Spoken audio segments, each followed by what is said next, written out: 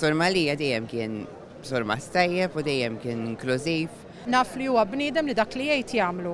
Li nkunu inklużi dejjem u nieħdu pjaċir nitalmu. Vera jgħin it-teachers, l-ommijiet u l-missirijiet. Ma tsibx ħafna prinċipali palu li jagħtu każ x'problemi għandhom u jmorru u jgħinuhom minflok li jqogħdu ġol uffiċċju tagħhom sitting down relaxing.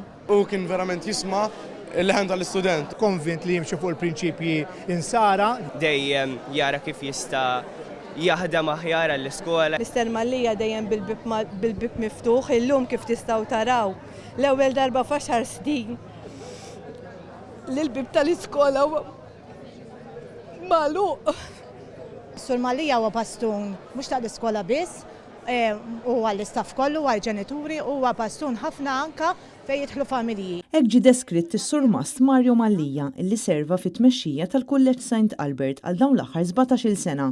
Dan hekk kif l-erba' filgħodu numru kbir ta' għalliema, ġenituri u studenti inġabru quddiem il-Kulleġġ St. Albert sabiex jipprotestaw kontra t-tkeċċija tas-Sur Mast. Jiena lecturer l-Università fl-Inklużjoni u sfortunatament dawn l-aħħar anki 10 snin qegħdin naraw kompletament li ngħidu li qegħdin nagħmlu l-inklużjoni u iżjed nagħmlu segregazzjoni.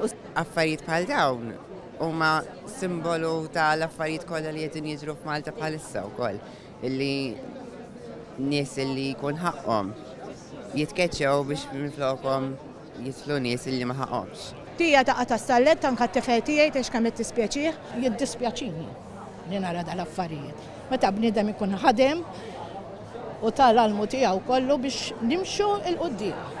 Ma nistax nimmaġinaw is-St. Albert mingħajr is-Sur Malija. Il-protesta saret b'appoġġ mill-Union tal-Għalliema l-MUT il qed tinsisti li se tikkontesta din it-tkeċċija tas-Sur Mast Mario Malija u għalhekk ħabbar li l-MUT irreġistrat tilwima industrijali mal-Ordni tad-Dominikani u mal-Kurja. Għalina mhux il-mod ta' kif la tkeċċi persuna daqshekk valida bħal Mario Malija u laqqas li inti tmexxi b'oppressjoni daqshekk istituzzjoni bħal mija din l-iskola.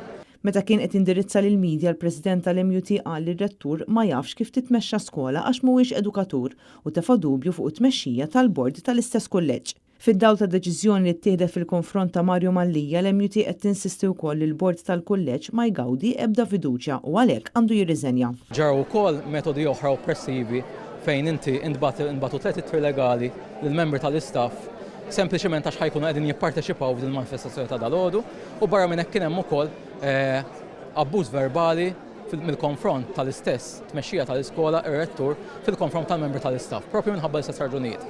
Intant fi sqarrija l-Bord tal-Kulleġġ St. Albert u r-rettur ċaħdu kategorikament l-allegazzjonijiet illi saru dwar it-tkeċċija ta' Mario Malija u li din kienet minħabba kwistjonijiet dwar policies tal-inklużjoni. Il-Bord qal li din it-terminazzjoni tal-impjieg hija riżultat ta' diversi kwistjonijiet maniġerjali u proċedurali li l-hom jinġemgħu u li b'dispjaċir baqgħu ma ġewx riżolti.